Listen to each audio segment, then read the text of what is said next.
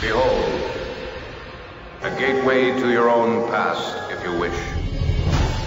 I have as much experience in the Congress as Jack Kennedy did when he sought the presidency. Senator, I served with Jack Kennedy. I knew Jack Kennedy. Jack Kennedy was a friend of mine. Senator, you're no Jack Kennedy.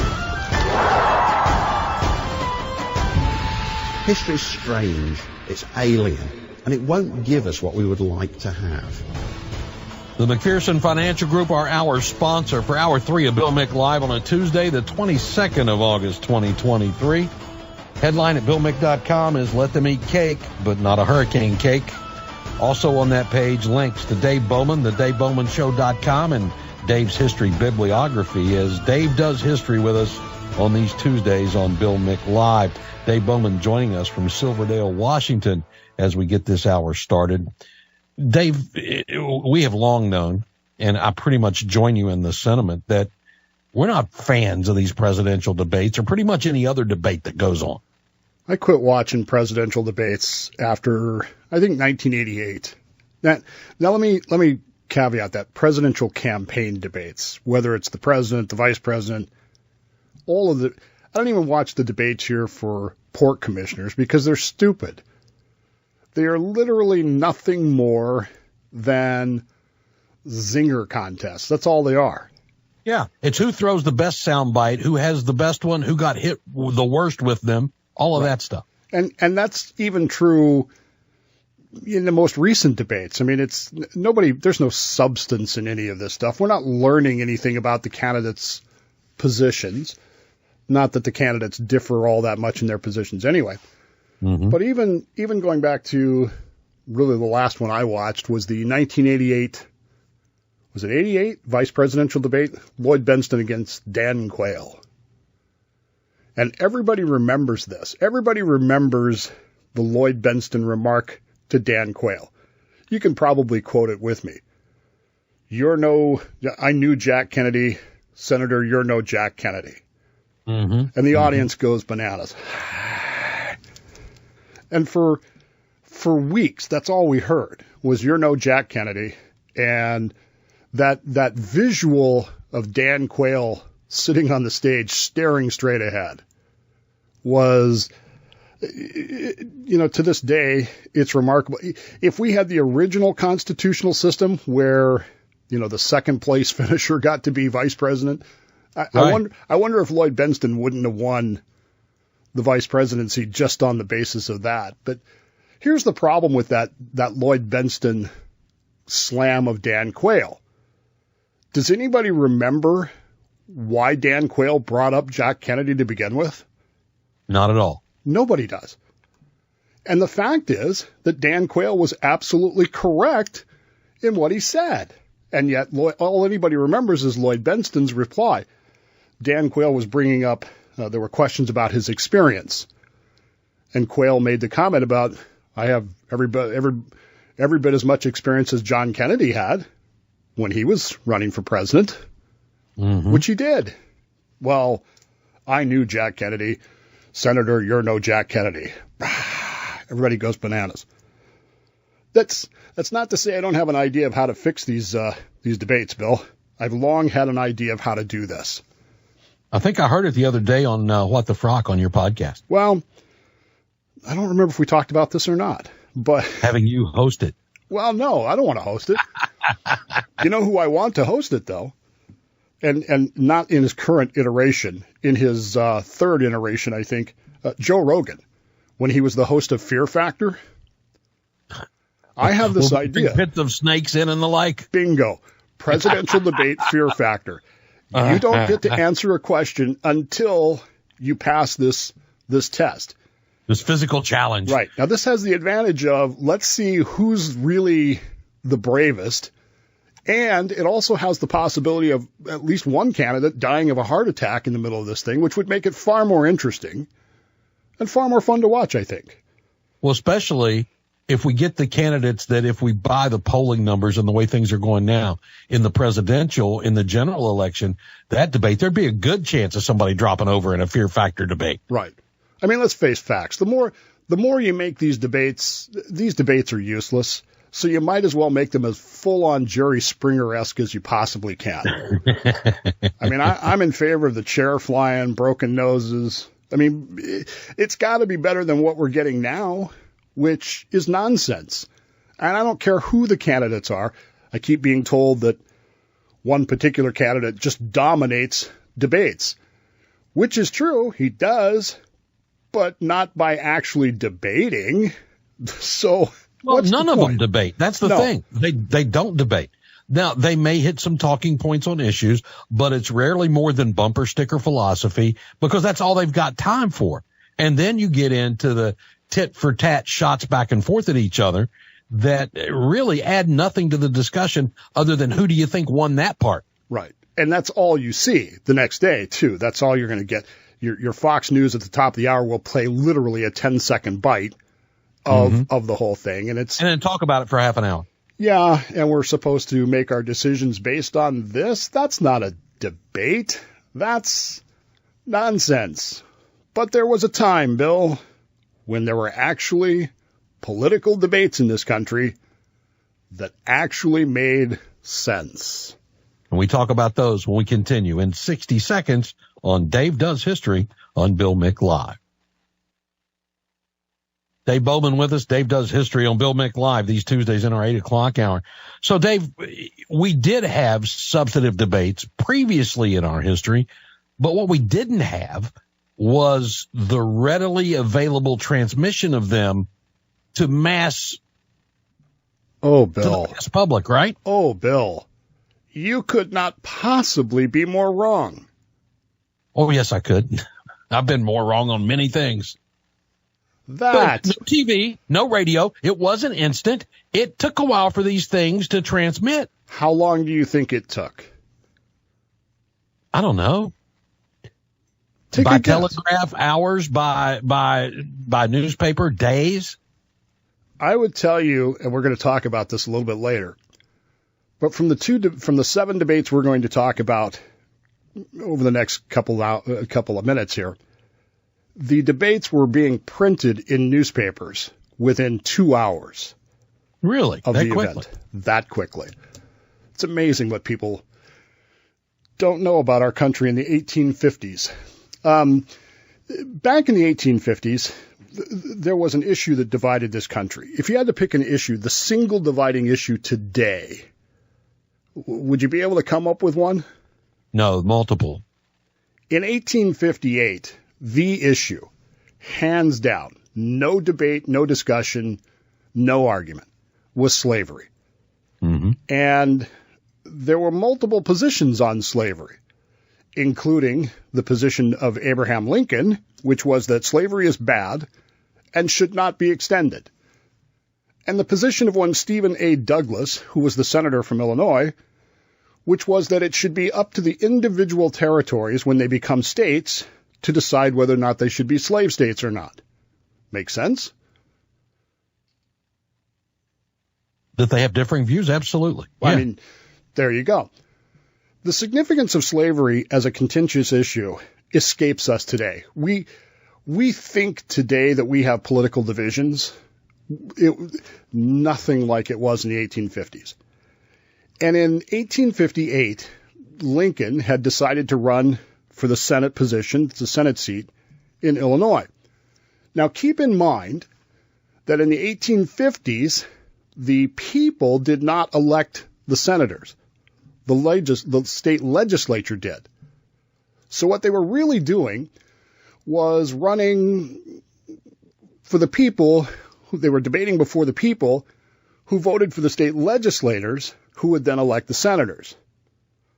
So really, there's this convoluted kind of situation here where the Democrat Party, or as it was known back then, the Democracy, controlled the state of Illinois, as it does today. Nothing's really changed. And Stephen Douglas was likely to win regardless of what happened.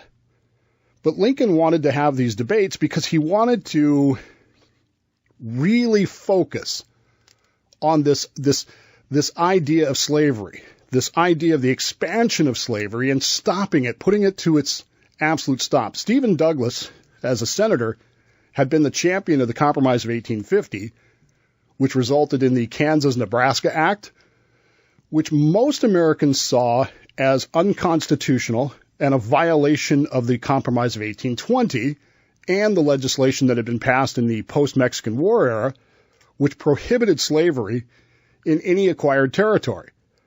Well, all of a sudden along comes Douglas, and he changes that. He gets that changed. And now we on this popular sovereignty idea, which is that the people of a territory decide whether they're going to be a slave state or a free state.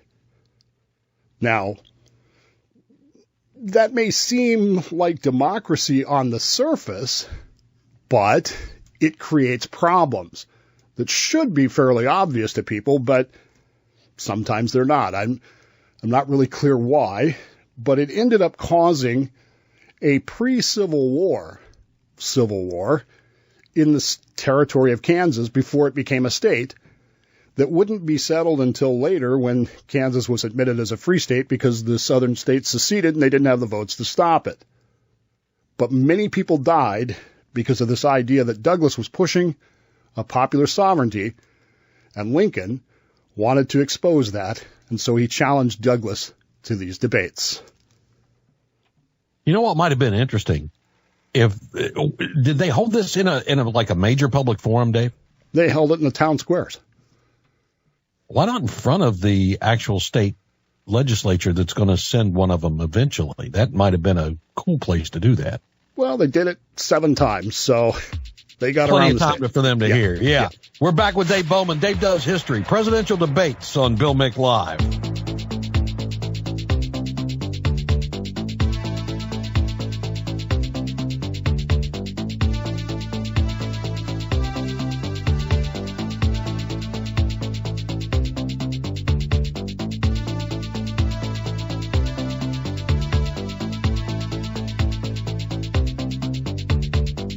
Our weekly dive into history. Dave Bowman joins us on Bill Mick Live. The McPherson Financial Group, our sponsor. Nice to have you with us on 92.7 FM WMMB. Dave is joining us, and we're talking, we're getting ready to talk the Lincoln-Douglas debates and comparing those to what we've got going on today that aren't really debates at all. Dave, in front of the town square, 7 times they're going to do this? 7 times they're going to do this. Not all of them will be in front of the town square. One of them was in Chicago, one was in Springfield, which was the capital, and then they go around the rest of the state. And lest we're unclear here, what we do today is not debating. What we do today is television. It's reality television of politics. That's all it is. It's not even good conversation, let alone debate. The formats of the debates for the Lincoln-Douglas debates, Bill, these debates are 3 hours long. 2 people, 3 hours, no moderator. So they flip a coin. Who's going to go first? Well, in this particular case, on August 21st, yesterday, 1858, Douglas goes first. He speaks for an hour. Then Lincoln responds for 90 minutes, and then Douglas wraps it up with a 30-minute response. And then the next time it flips, and Lincoln goes first, and so forth and so on. Can you imagine any politician today, speaking cogently on any subject for 30 minutes, let alone 90 minutes or an hour? Oh, no, not at all. Not one. Especially on an issue as contentious as slavery. And remember that Douglas deeply believed in the idea of popular sovereignty. The states should decide for themselves.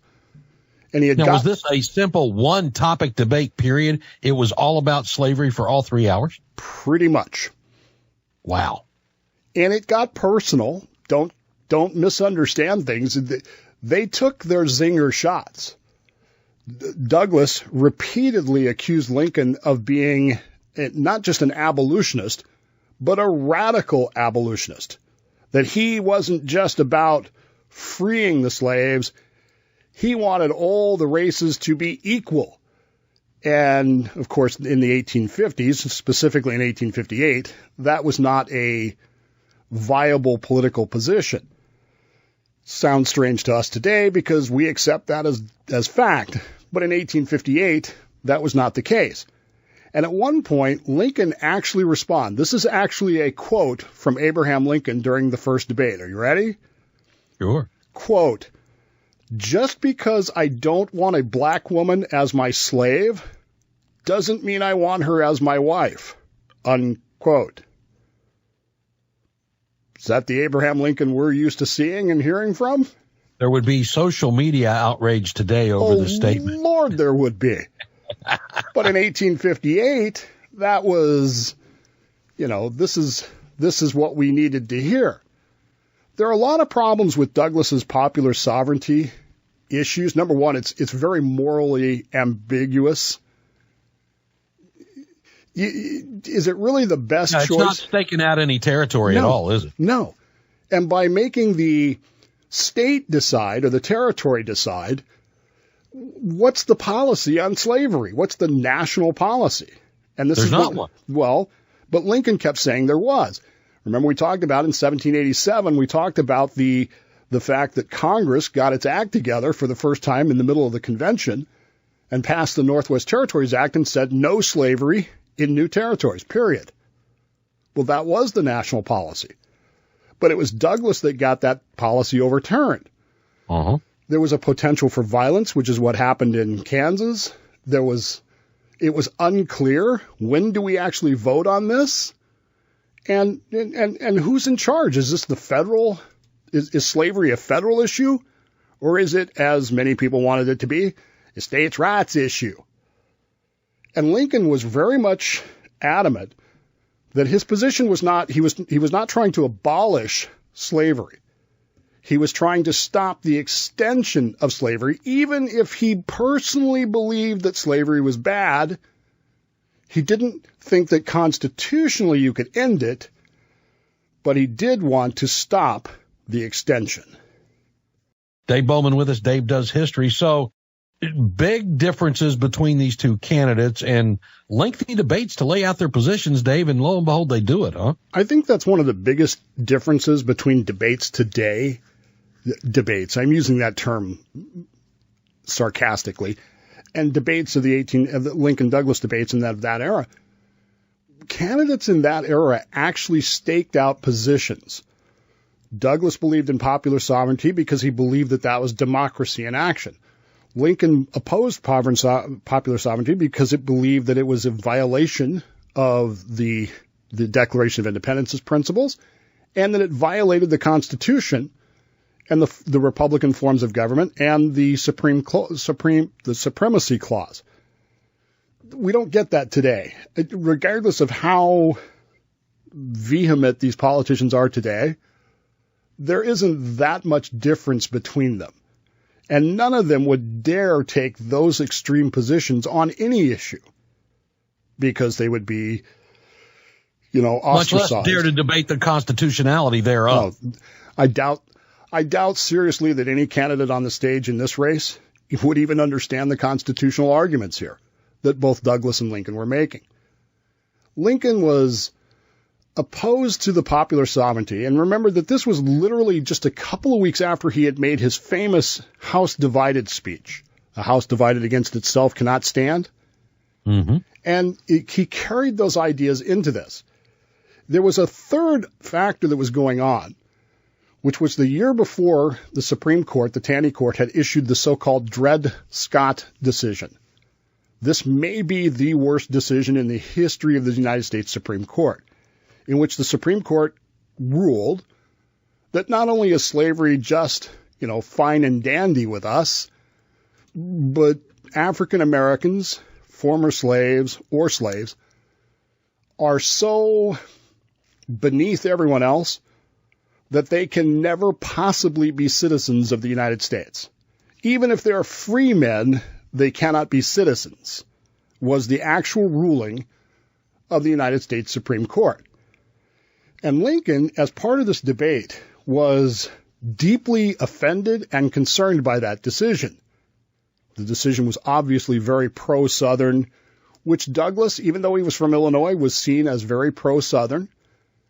The problem that Lincoln saw with this decision was that if you logically extended this, the next step for the Supreme Court would be to force slavery into free states.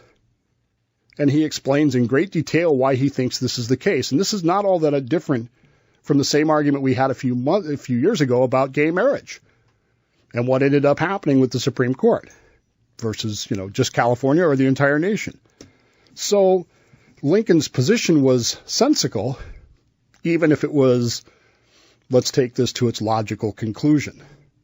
And that's really the essence of the argument and the debate for 90 minutes. And then 90 minutes of the other person. That's a long time. And the public paid attention then? Oh, yeah. They hung on every single word. We'll talk some more about that and our current situation when we continue in moments on WMMB.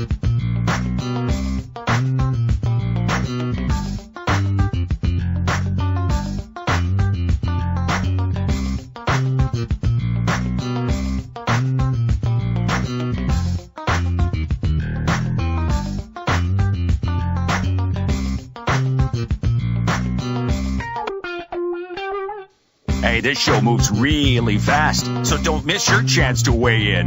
Call with your input. And by the way, here's a hint. You want to get on? Call this segment early. 321-768-1240. The McPherson Financial Group bringing you the hour. Reminder for you, if you miss anything, including Dave Does History, the podcast section at BillMick.com and the Bill Mick Live iHeartRadio channel. Dave Bowman is with us as we're talking the Lincoln-Douglas debates in comparison to what we're actually getting now.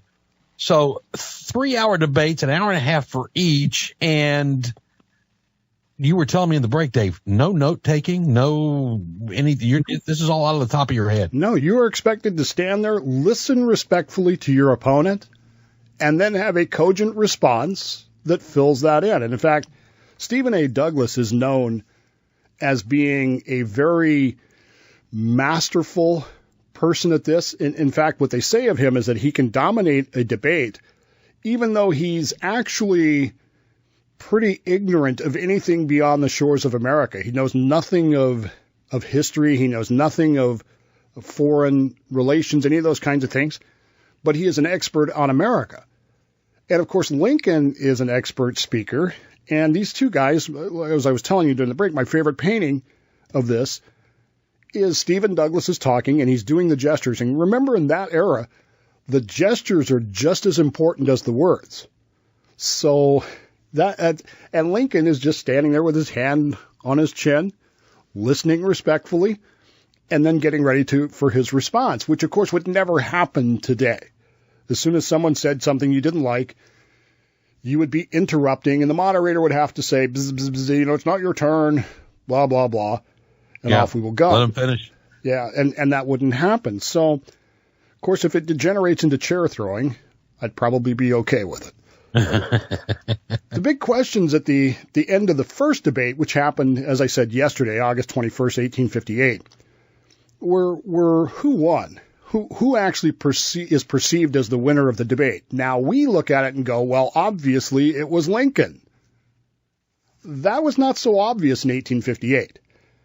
Half of this country supported the position of Stephen Douglas and the idea that slavery should be decided by popular sovereignty. And he was successful in painting Lincoln as a radical abolitionist, someone who wanted to get rid of slavery, even though he repeatedly said, that's not what I want to do. It actually got to the point where later he would say, look, read what I wrote, read what I said. I'm not making any more comment about it. The effect on the Illinois Senate race was marginal at best. Douglas was going to win really no matter what, which makes us realize that this particular debate set, these 7 debates, were really not about the senatorial race at all. They were really about garnering attention for 2 candidates who a mere 2 years later would face off against each other for the presidency of the United States. Lincoln and Douglas would both run on their party's nomination in 1860. So really, from Lincoln's viewpoint, this is all about raising his profile and setting the stage for the still relatively new Republican Party and getting set for an eventual run for president 2 years later. And it really wasn't clear then that he was going to run for president, but he certainly had it in his mind. And I don't think that he gets credit for being the politician that he was. And he used these debates. He would take these debates, the verbatims of them, and form them into a book, which would become one of the top sellers of late 1858, 1859. And it would raise the issue of whether or not slavery should be extended in this country to the highest point that it could possibly be. And it would literally propel Abraham Lincoln to the White House just 2 years later. And we're back in 60 seconds on WMMB. 321-768-1240 if you've got debate thoughts, as Dave Bowman and I discussed that for just a second longer. Dave, how big was Lincoln's win in 1860? He won pretty significantly. Now, remember, the election of 1860 is badly split. The Democrat Party essentially splits into two parties. But Abraham Lincoln wins fairly significantly. He wins all of the free states, the northern free states, with the exception of Illinois. Or no, I think he won Illinois. But because of this fracturing of the Democrat Party, the rest of the vote is split so badly that it's not even even if you combined all the other candidates together, they don't get enough electoral college votes to win or to even defeat Lincoln and throw it into the House. So it's there. I think for me, Bill, the lesson of all this, though, is very simply this. Once upon a time in this country, we discussed substance and issues.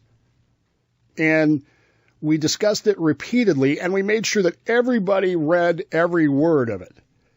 Today we live in a soundbite society where, I'm sorry to borrow a theme from Sunday, I personally do not believe that anybody watches the debates to actually be convinced of who they're going to vote for.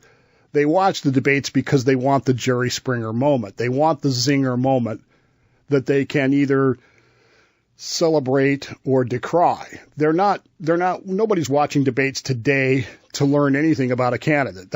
Or even a position with the candidate. Even if you don't know anything about the candidate, what's their position on? There's no substance. There's no discussion of these things. And that's unfortunate. Is it now for these candidates, Dave? Is it now, don't be the guy to trip up? Yes. I mean, yeah. If you don't trip up, you're going to advance in the polls. Somebody who trips up is going to decline a little bit.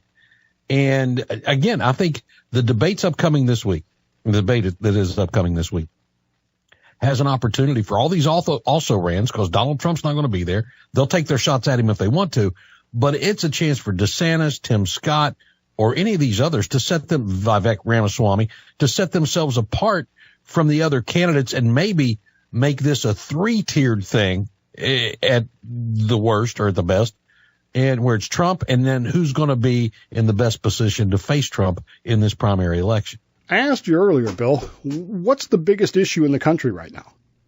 What is the issue? Do you think that at any point in this debate there will be any substantive discussion of whatever you think that issue is? No, there will be bullet points about that and many other issues that we're all divided on all the time anyway. So if we never have those full discussions, if we never really outline our positions, if we never really talk about what we think about these positions, what are we actually voting for? We're voting for who we think is the most popular person, the guy that we like the best, as opposed to the person that's best fit for the office. And I'm sad about that. I can understand that. I think as you look at somebody like Ron DeSantis, he has governed well in his term and now a second one having started. I think that showed significant strength in accomplishing goals that he said he had. But he had a weak legislature that did everything he told them to do. And when they tried to redraw congressional maps on their own, he said, nope, that's not the one I want. I'm vetoing it. Here, do this one. And they did. They are a very compliant body because there's no leadership in the party in the state. So he's shown the ability to lead, but he's also, should he gain the nomination and become elected, he's dealing with a Congress instead of a weak Florida legislature, and that's a different animal altogether. And how does what he did there, and I'm not a Floridian, I get that, but how does what he did there translate on a national scale? If he were standing next to Stephen A. Douglas and having to explain even for 30 minutes why this can be transferred and why this issue, whatever that issue is, and the way that he handled it in Florida is the best way to do it. I don't know. The first thing I think he would have success with is the economy and how Florida responded through COVID, post-COVID, and the way Florida's economy is doing now compared to the rest of the country. But is his campaign focusing on that? Who knows where his campaign's focused? He's had how many retools right now? That's my point. It's all sound bites. Yep. Let's get a quick call or two in while we can. Line 1, you're on Bill Mick Live. Good morning. Hey, good morning, Mr. Bill, and thanks for being here. History guy. About 4 or 5 years after the Afghan war started and kept going on and on and on, I used to have a joke that if you watch All in the Family and substitute Afghanistan for Vietnam, it's like they made a decision back in the 60s not to solve anything, just to run on the issues and see who wins and see who can get more power and control. And it's sad. I was born in the greatest nation, probably going to go out in the crap hole. But I don't know. I wish they'd write white papers and then only be able to validate their white papers during a debate or something. I don't know. Keith, you feel you're getting substance anywhere? No. Okay, I get it. Who do you believe? I appreciate it, Keith. Good to have you along. Line 2, you're on Bill Mick Live. Good morning. Caller, go ahead. And that's why we listen on the phone, not the radio, because the 15-second delay just killed a call.